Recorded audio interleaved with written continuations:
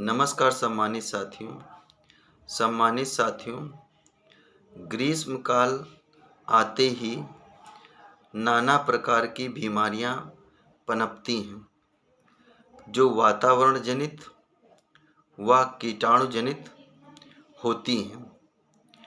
इसके साथ साथ कवक यानी कि फंगस जनित भी होती हैं, जैसे दाँत खाज, खुजली इत्यादि।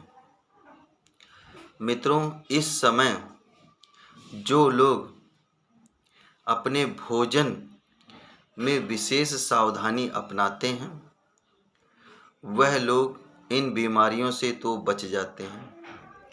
यदि हमें भोजन से संबंधित सावधानियां पता हैं, तो हम अनेक प्रकार की बीमारियों को दूर भगा सकते हैं।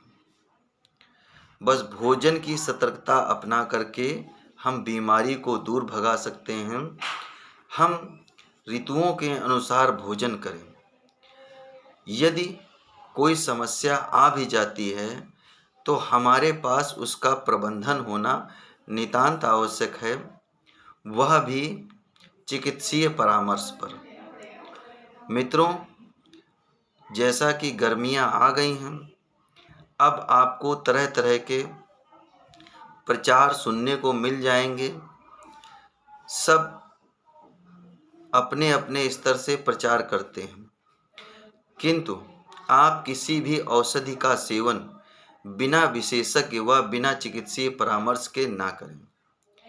वैसे तो ग्रीष्म काल में ठंडक देने वाले भोज्य पदार्थ का हम सेवन करें, जो हमारे शरीर को शीतलता प्रदान करें। मसालेदार और तला हुआ भोजन, इससे तो बिल्कुल ही परहेज करें। बच्चों में इस समय बड़ी ही समस्याएं उत्पन्न हो जाती हैं, बीमारियां उत्पन्न होती हैं, जैसे दस्त है, उल्टी है। तो इसके लिए हम अपने घर में प्राथमिक उपचार जरूर रखें, जैसे कि तमाम प्रकार के घोल आते हैं ORS टाइप में, और अन्य प्रकार की दवाइयाँ उल्टी इत्यादि की होती हैं, कई की होती हैं, जिसे वोमिटिंग कहते हैं। तो इनका आप प्राथमिक उपचार के स्तर पर अपने घर में प्रबंध अवश्य कर लें। लेकिन मैं यहाँ पे यह फिर कह रहा हूँ, यह प्राथमिक उपचार चिकित्सीय परामर्श या विषय विशेषज्ञ के सुझाव पर ही करें। अपनी इच्छा के अनुसार प्रचार प्रसार के हिसाब से ना करें, क्योंकि चिकित्सक और विषय विशेषज्ञ शरीर की जो क्षमता होती है और जो शरीर का स्वभाव होता है, उसके अनुसार आपको दवाइयों का सेवन करने को कहते हैं, वह चाहे प्राथमिक उपचार के स्तर पर हो या फिर आपको बीमारी के कारण हो। तो मेरा मित्रों, यही आपसे विनम्र अनुरोध है कि सबसे पहली बात कि भोजन ना कम करें ना अधिक करें, और पानी ना ही कम पिएं ना ही अधिक पिएं। भोजन लगने पर ही भोजन करें, और भोजन गर्मियों में इतना ही करें कि जिससे हमें समस्या ना उत्पन्न हो। हल्का थोड़ा पेट खाली रखें। पानी आवश्यकता से अधिक ना पिएं, लेकिन प्यास लगने पर जरूर पिएं। मित्रों, मैं यहाँ पे एक उदाहरण आपको देना चाहता हूँ। वैसे तो तमाम सारी भ्रांतियाँ फैला दी गई हैं षड्यंत्र के तहत। कहते हैं लोग खूब पौष्टिक पदार्थ लीजिए। मित्रों, आपके घर में गमला होगा या कोई वृक्ष होगा, उसमें जब आवश्यकता से अधिक आप पोषक तत्व डाल देते हैं तो पौधा सूख जाता है।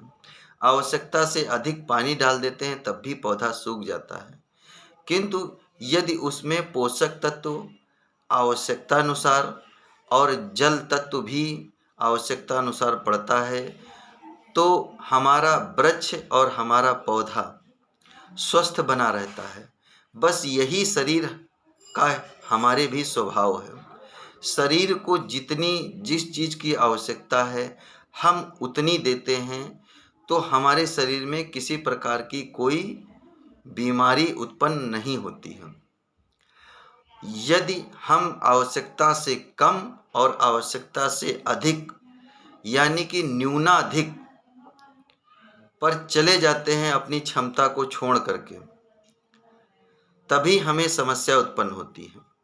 जो बैठे रह के कार्य करने वाले लोग हैं वह हल्का भोजन करें। जो श्रम करने वाले लोग हैं या व्यायाम करने वाले लोग हैं वह अपनी श्रम क्षमता एवं व्यायाम क्षमता के अनुसार भोजन करें एवं जल को ग्रहण करें। कोई बीमारी नहीं उत्पन्न होएगी। तो मेरा मित्रों यही कहना है कि हम ज़्यादा से ज़्यादा प्रयास करें कि सावधानी यानी कि परहेज को अपनाते हुए अपने भोजन को करें और जल को पिएं। यदि किन्हीं कारणों वातावरण के कारण कोई समस्या उत्पन्न हो जाती है तो चिकित्सीय परामर्श के अनुसार अपने घर में हम फर्स्ट एड यानी कि प्राथमिक उपचार का प्रबंध अवश्य करें। यदि कोई समस्या उत्पन्न हो जाती है जब हम प्राथमिक उपचार ले लेते हैं तो फिर हमें गंभीर इलाज करवाने की कोई ज़रूरत नहीं रह जाती है। इसलिए आपका स्वास्थ्य उत्तम रहे, मेरी यही आप सभी के लिए कामना है। और इसके साथ सारे जग में सभी लोगों का स्वास्थ्य उत्तम रहे। जहाँ की जैसी जलवायु है वहाँ पर वैसा ही भोजन करें और जहाँ की जैसी जलवायु है वहाँ पर वैसे ही वस्त्र धारण करें। तमाम प्रकार की समस्याओं का समाधान अपने आप मिल जाएगा। किसी प्रकार की वाद विवाद में हमें फंसने की ज़रूरत नहीं है। धन्यवाद मित्रों। इसी के साथ मैं अपनी वाणी को विराम देता हूँ। आप सभी लोग मेरे विचारों को सुनते हैं, इसके लिए मैं आप सभी को बहुत बहुत साधुवाद व आभार एवं कृतज्ञता व्यक्त करता हूँ। आज के लिए बस इतना ही साथियों।